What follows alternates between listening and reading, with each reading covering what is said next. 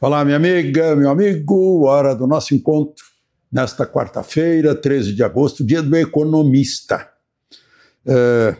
Uma vez o ministro da Economia, Pedro Malan, disse que no Brasil até o passado é imprevisível.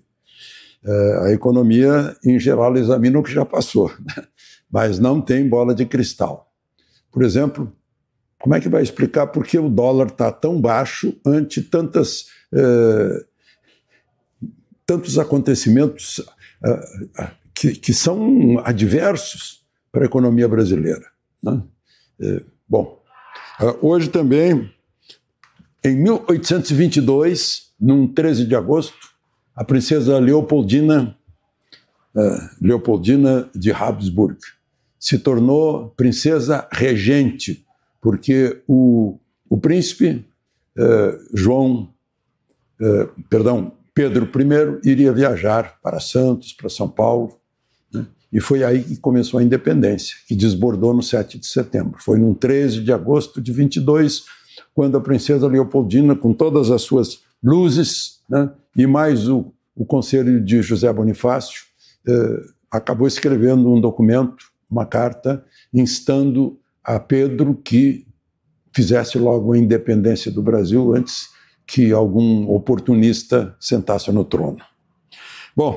1846, 13 de agosto, o exército dos Estados Unidos entra pacificamente, sem resistência, na cidade mexicana de Los Angeles, que hoje é LA, né? Los Angeles. Pois é, foi assim que a Califórnia acabou americana. Califórnia significa, em espanhol, um lugar de reunião, de encontro. 1923, 13 de agosto, inauguração do prédio mais icônico, mais simbólico de Copacabana, o Hotel Copacabana Palace, lugar de tantos eventos que entraram para a história social, sociedade brasileira.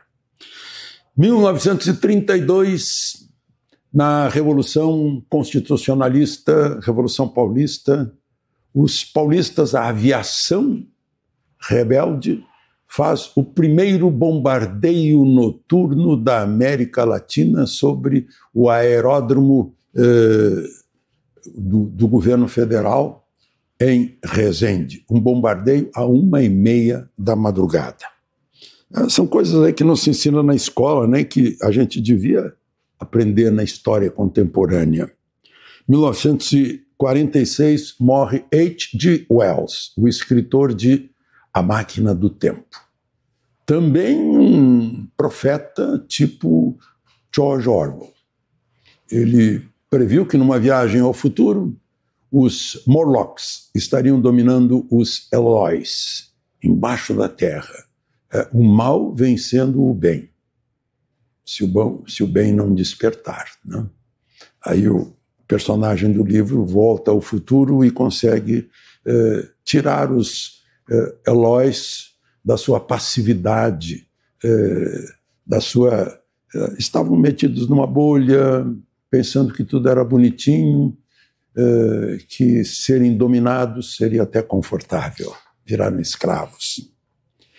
E, 1961, por falar nisso, falar em escravidão, 1961, 13 de agosto, os comunistas começam a erguer o muro de Berlim para que os alemães do lado soviético parassem de fugir para o lado livre e democrático.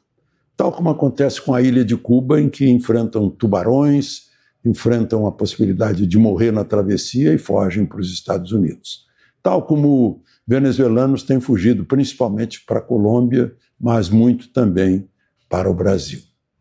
E tal como, infelizmente, está acontecendo aqui no Brasil, tantos brasileiros fugiram para o Paraguai, para a Argentina, para os Estados Unidos, por razões políticas, de liberdade de opinião, de liberdade de expressão. Vamos agora aos fatos de hoje. Lembre-se de se inscrever e, ao final, de deixar o gostei ou não gostei.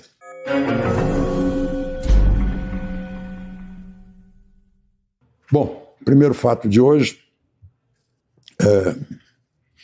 é o assunto do Felca, né, que agora está mais popular ainda do que sempre foi, com essa denúncia de que algoritmos em redes proporcionam a chegada de programas que erotizam crianças. Isso escandalizou o país.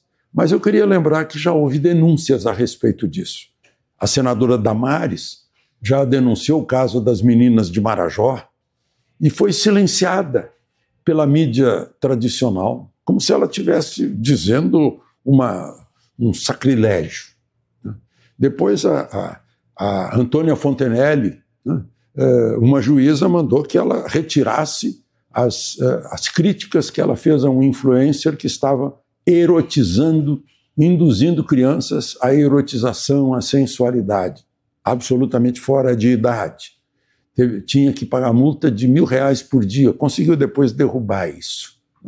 E a gente lembra que em votação da castração química dos pedófilos, teve 85 votos contra isso, de gente da esquerda que hoje está querendo censura das redes sociais a pretexto dessa última denúncia, que é verdadeira, que é aterrorizante, que é dramática, mas não pode servir como cavalo de Troia para entrar com essa cunha e depois expandi-la, fazendo a censura na opinião, na expressão, nas opiniões políticas, nas opiniões que são contrárias às nossas.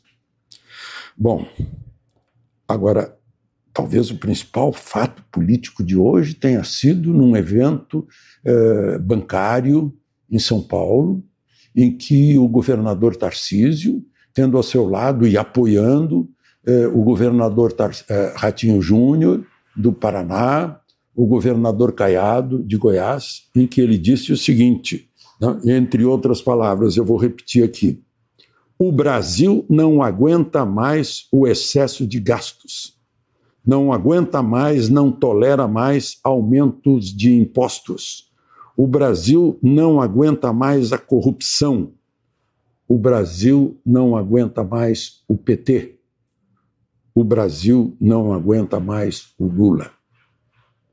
Gente, ficou parecendo uma reunião de governadores para lançar não um fora Lula, mas um movimento de impeachment, talvez. Ficou parecendo. Não falou nessa palavra, mas ficou parecendo. Ouvindo os gritos da Avenida Paulista no outro domingo.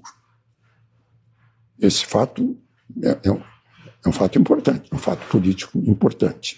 Agora, quem disse também que não aguenta mais foi o juiz Ayrton Vieira, o juiz auxiliar de Moraes.